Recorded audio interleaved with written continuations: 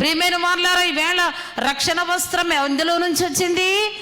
యేసు ప్రభు వారి యొక్క రక్తములో కడగబడిన వారి కొరకు ఈ రక్షణ వస్త్రాన్ని సిద్ధపరిచారు. అయితే ప్రకటన గ్రంథములో మనం చదువుకున్నటువంటి వాక్య భాగములో ఏమని వ్రాయబడి ఉందంటే, ఇక్కడ మనం చూస్తేనట, ఆ ద్రాక్షల తొట్టి పట్టణమునకు వెలుపట త్రొక్కబడెను.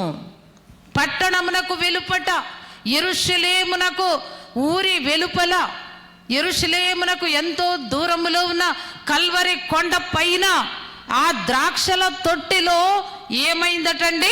ఆ ద్రాక్షల తొట్టి వెలుపట త్రొక్కబడెను అంటండి.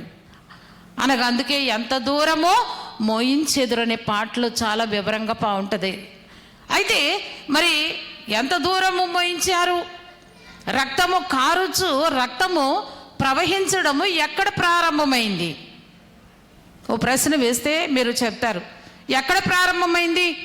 రక్త ప్రవాహము యేసు ప్రభు వారి శరీరంలో నుండి కారడము ఎక్కడ ప్రారంభమైంది అంటే, గెత్సెమనే తోటలో ప్రారంభమైన రక్తము పిలాతు కోర్టుల్లోకి వచ్చిన తర్వాత, సిలువ ఆయన యొక్క భుజము పైన పెట్టబడిన తర్వాత, ఆయన శిరస్సు పైన ముళ్ళ కిరీటము కొట్టబడిన తర్వాత, ఆయన చెంప వెంట్రుకలు పెరికివేయబడిన అప్పుడు, ఆయన శరీరం అంతా కొరడా దెబ్బలతో ఆయన రక్తము కార్చడం మొదలుపెట్టి, తీర్పు అయిన తరువాత యెరూషలేము వీధుల్లో ప్రారంభించబడినటువంటి సిలువ యాత్ర ఆ ఊరి వెలుపల ఉన్న ఆ తొట్టె వరకు కూడా త్రొక్కబడినది, ఆయన రక్తము కార్చబడినది. అందుకే ఈవేళ రక్తము ఈవేళ ఎవరిపైన ప్రవహించాలి?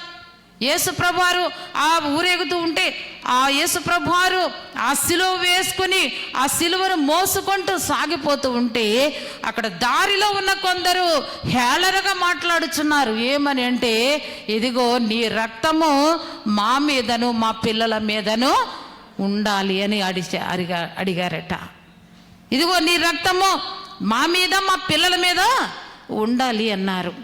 దేవుని పిల్లలారా, అక్కడ ప్రారంభమైన రక్త ప్రవాహము కడపడి వరకు ఆఖరిగా ఆయన ప్రక్కలో పొడవబడిన బల్లెపు పోటులో ఆఖరి రక్తపు బొట్టు కారే వరకు కూడా ప్రవహిస్తూనే ఉంది.